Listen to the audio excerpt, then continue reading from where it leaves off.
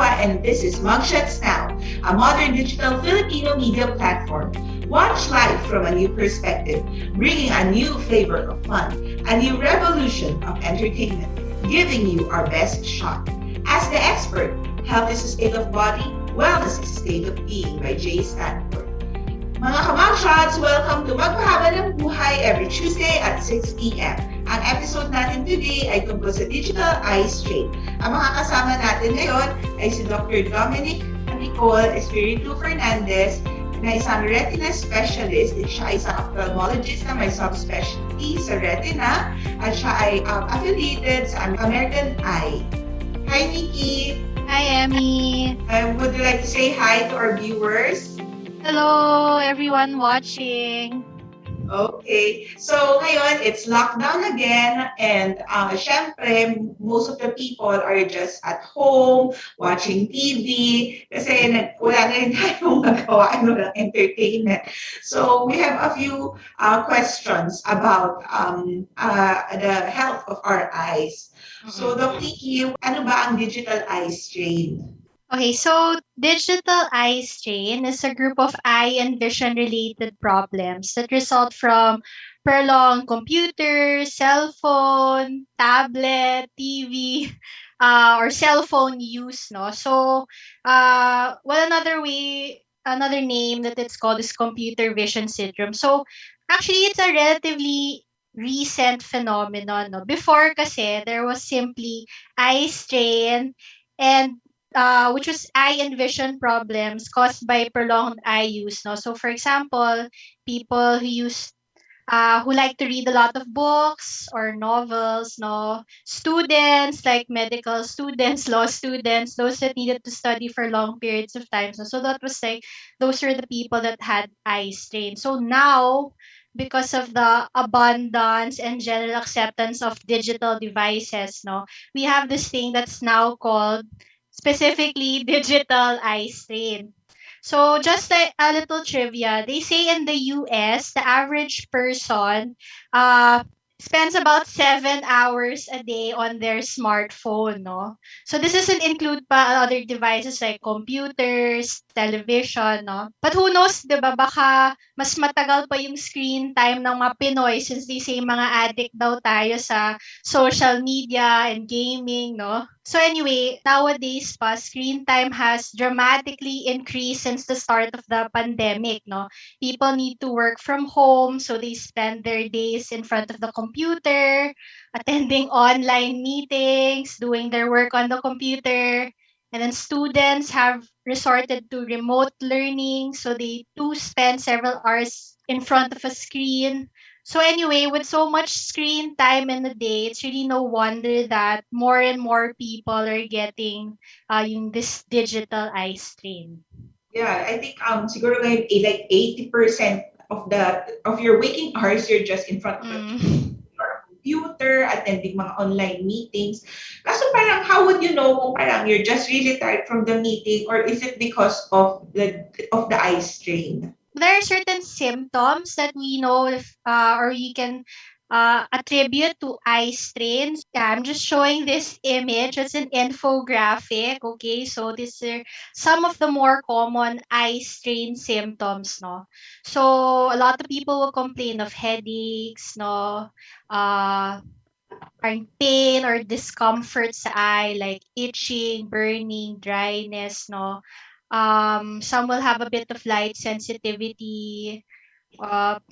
People will start to squint, no?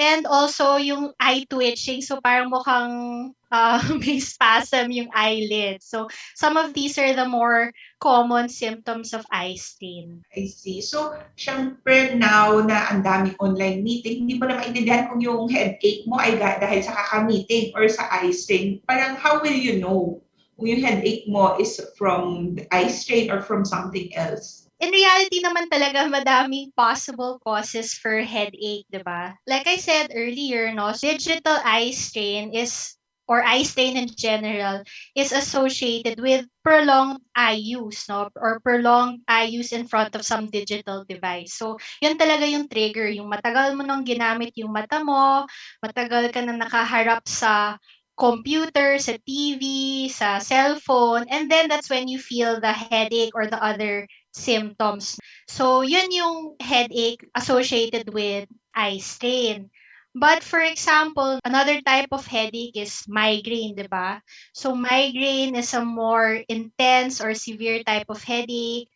And then when you have a migraine, sometimes you can experience a thing called an aura, yung may other disturbances, no? Like sometimes you can see flashes of light, you have sensitivity to light and sound, no? So there are other symptoms then that you can associate with migraines. Basically, it's just best to figure out what triggers your headache. If it's a headache that you think that happens after prolonged eye use in front of screen, yun, it's probably related nga to eye strain. So, paano ba siya nape-prevent yung eye strain? Kasi syempre, di ba, may mga commercials, pwede kang mag-eye mo, mga Yeah. gano'n.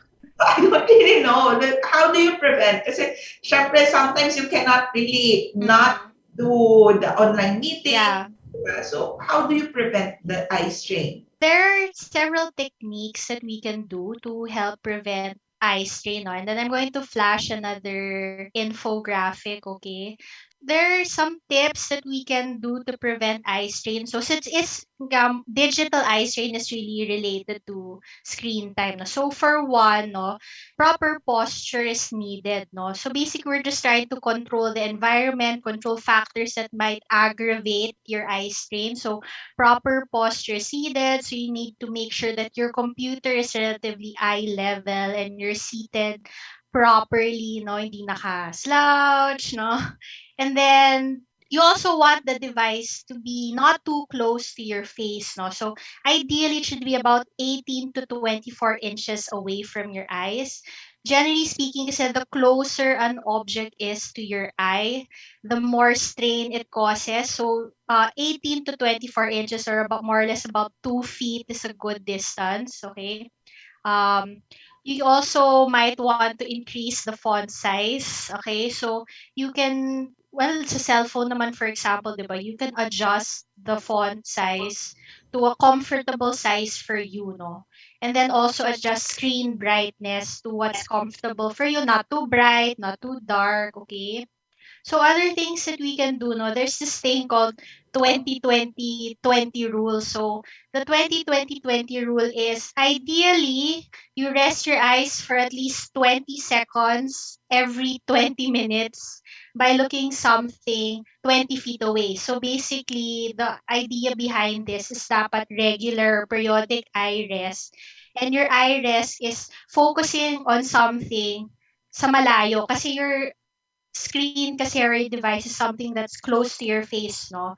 So when you look at something far away, you're actually relaxing your eyes a little bit. And then blink regularly. So, other things that aggravate eye strain kasi is yung eye dryness. So when you blink regularly, it helps reduce yung eye dryness. Okay? And then no fans on face. It's another thing kasi, no, that makes your eyes drier quicker, no? When you have wind blowing on your eyes or kung wari laging nasa aircon kasi low humidity, for example. If you need to use a fan, so you can put it directed at your back na lang, no? So hindi siya talaga tumatama sa mata. And then last is the one you mentioned kanina, yung sa eye mo, yung lubricant drop. It does help with the eye dryness. So we find that nowadays talaga kahit yung mga bata, nagda-dry na yung mata because nga of the prolonged eye use and screen time. We do encourage lubricant drops, no? But of course, that's best if you have your eyes checked nga muna to see if they're actually dry. So, Doc Nikki, kasi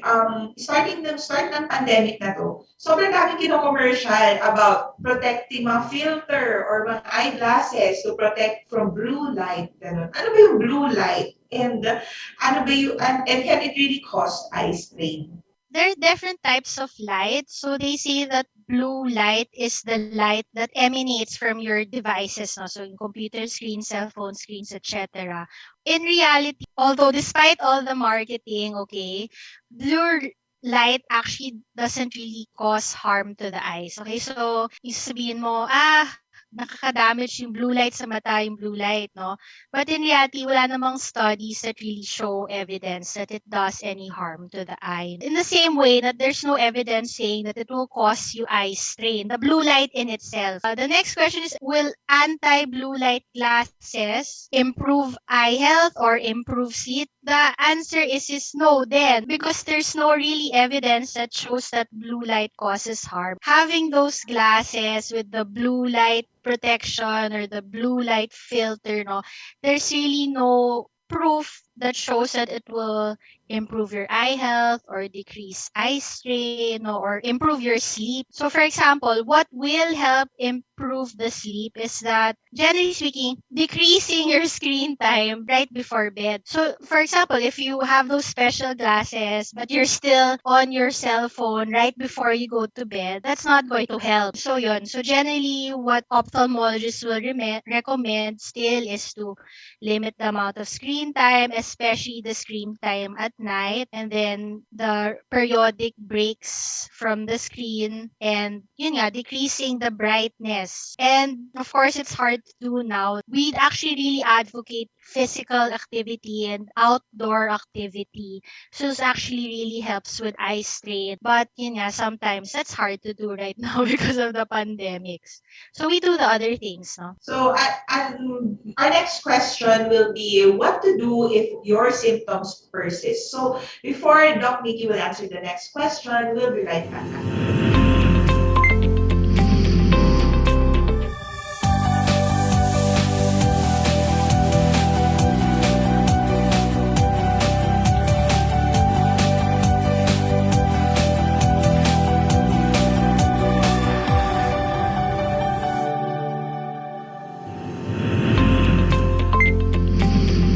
Welcome back sa MugPahaba ng Buhay. Ako si Doc Emy Cua, and today ang ating guest ay si Dr. Nikki Espiritu-Fernandez na isang ophthalmologist with some specialty in retina. So ang topic natin today is about digital eye strain. And ang last question natin before we got the break is, what can I do if my symptoms of digital eye strain persist? When you start to experience yung symptoms ng eye strain, okay, and then I explained earlier some things that we can do to help prevent or reduce nga yung eye strain, okay. So generally speaking, it's really not going to go away right away. It will usually take about 1 week or 2 weeks of really trying to reduce the eye strain before the symptoms go away, no. But if you're pretty much convinced that it's really digital eye strain, okay, and then you're still feeling some of those symptoms, the next step really is to do complete rest. Okay, it means take a break. Some of our patients, we have to tell them, if your work really entails or needs you to be in front of the screen the entire day, no, and it's really causing you discomfort, no, sometimes you have to take a leave. And then, of course, go see your doctor. If your symptoms aren't going away, you're still experiencing your headache, your eye fatigue, or your eye dryness, okay, maybe it's time to really go see an ophthalmologist. Kasi nga, like I said earlier, there are several types of causes of like headache or the other symptoms that are related to eye strain, okay? But there are other things that can cause that. So it's better to get evaluated, no, if you feel like the symptoms are really persisting. Okay, so yung next question ko is, yung kids ba, can they really get eye strain? Kasi syempre, we do a lot of online classes ngayon. So, syempre, we know naman na marketing lang yun sa blue light na eyeglasses. So, can the kids actually get eye strain? Yes, actually, kids really get eye strain as well. The tips that I mentioned earlier, something that can be applied to kids as well. No? For example, yung about 2 feet away, the screen, no, still do the periodic eye rest or breaks, okay? So those things still apply to kids. But what is more specific to kids, no, is that if you think about kasi kids' eyes are still developing, so they're still growing. So there are actually more serious things that you need to consider for kids that have too much screen time. So for example, we already know that especially in kids, okay, if you have too much screen time, they can develop eye problems like refraction. Tumataas yung grado ng mata nila the more that or the more prolonged screen time they have. No? So there are other things that we need to consider as just from aside from simple eye strain. Yeah, kids' eyes are still growing, they're still developing. No, they try to adjust to whatever environment they're put in. No? So I think kids talaga have to be monitored, okay, with regards to their screen time. And if you think that your kid has eye strain or maybe has a refraction or yung grado nga sa mata, then there are a lot of good pediatric ophthalmologists or pediatric optometrists that can help assess your kid. So, meron bang parang appropriate screen time? Mm-mm. Appropriate screen time per age? There are appropriate screen time per age, no? And then I'll just show this infographic again, okay? Pag baby, 1 year old or less, the reality is dapat talaga no screen time at all. So, they shouldn't be looking at cell phones or tablets. Okay, so ideally, no screen time at all. And then if your child is between 1 to 2 years old, maybe just about less than 1 hour per day pa din. The younger the kid is, the more you want to advocate yung play, actual play, or physical activity. So, for example, yun nga, in 2 years old, less than 1 hour per day. Same with 3 to 4 years old, less than 1 hour per day, ideally. Okay?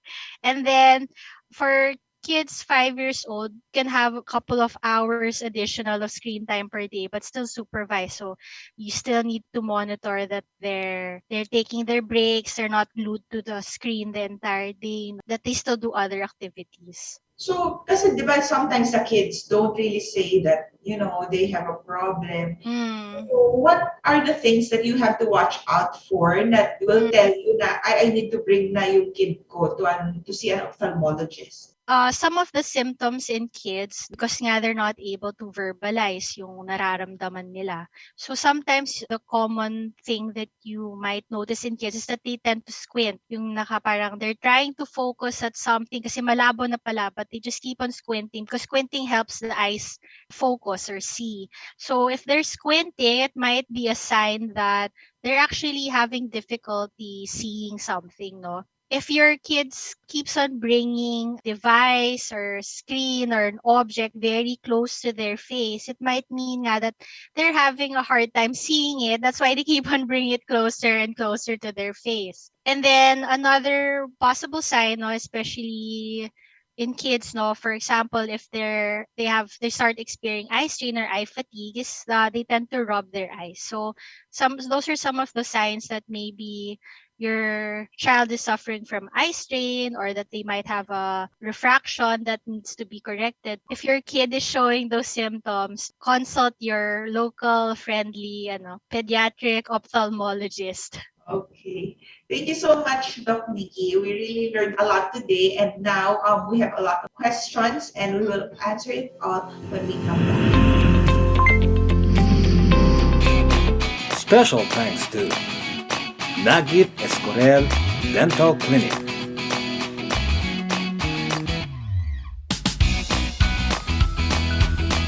Dermacare, Face Body Laser Center,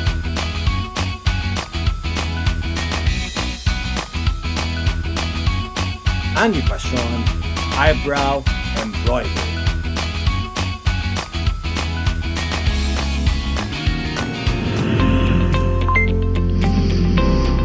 Again to MugPahaba ng Buhay and with Doc Emy Cua, and that's me, and of course Doc Nikki Espiritu-Fernandez, an ophthalmologist, talking about the digital eye strain today.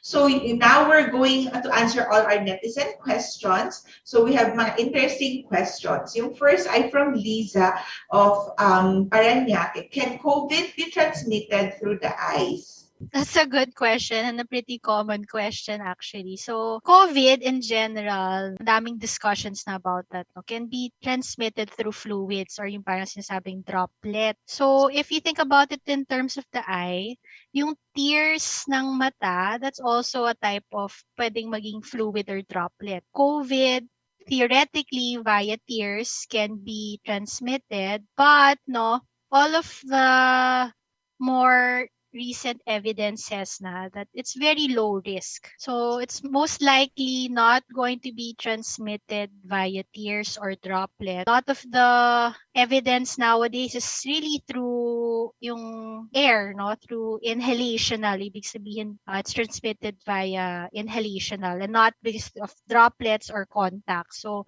the answer to this question is most likely not transmitted through the eye. Very, very low risk. Okay. So yung next question natin is from Marie of Pasay. Is Optin helpful for eye strain? Okay, sige. So this is going back kasi the question about blue light in a way. Okay, so the component of optin or yung ingredient niya is lutein. So lutein is supplement for the eye that allegedly protects the back of the eye or the retina from degeneration. Okay, so again, in terms of blue light, okay, wala namang studies talaga that says that blue light is harmful to the eyes, and likewise that lutein will decrease any harm that can be caused from blue light. So the answer is no. Okay. Of course, no, lutein has other functions. Okay, so there are other reasons why someone might take lutein, but it's not for eye strain or blue light protection. I see. So, yung next question natin is from Arthur of Cavite. Yung question niya is, meron bang mga eye-friendly movies or cartoons for kids? Well, to be honest, no, I'm not really a pediatric ophthalmologist or specialist, no, but the idea talaga, no, for kids nowadays, no, is really just to monitor the screen time. So we talked earlier about the age appropriate screen time for kids, okay?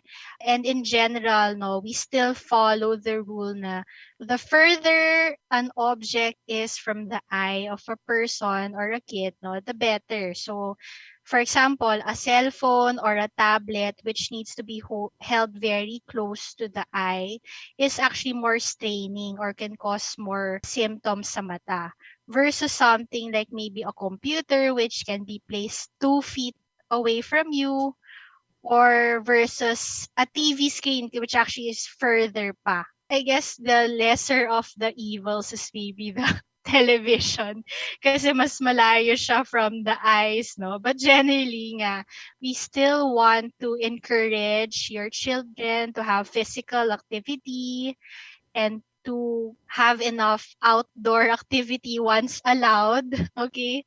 So, yon.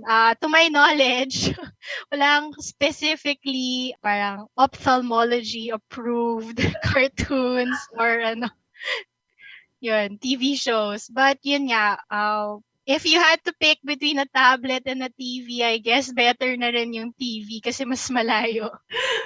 Okay. Thank you so much, Doc Nikki, for your time. I'm so sure marami natutunan ng ating kamugshots na viewers. So, do you have any last words for our viewers today? Yeah, so August is actually sight-saving month for everyone's knowledge. I just want to take the time to plug in. If you have any eye problems, okay, please don't hesitate to consult your ophthalmologist or your optometrist. Please don't wait for your eye conditions to get worse before seeking your consult from a doctor. Yun lang, no? It might be but the pandemic, no? But please don't disregard your eyes. Okay, thank you so much, Doc Nikki, for your time. Sana next time, available pa ulit kayo when we invite you. Thank you. The expert, health is a state of body, wellness is a state of being by Jay Stanford. Thank you mga kamugshots and see you every Tuesday at 6 p.m. Ako si Doc Emy Cua, dito lang sa MugPahaba ng Buhay. Keep safe and God bless. Special thanks to Nikki Espiritu Dental Clinic,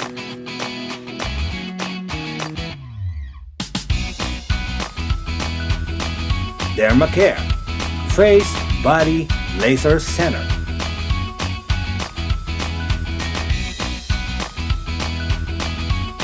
Andy Passion Eyebrow Embroidery,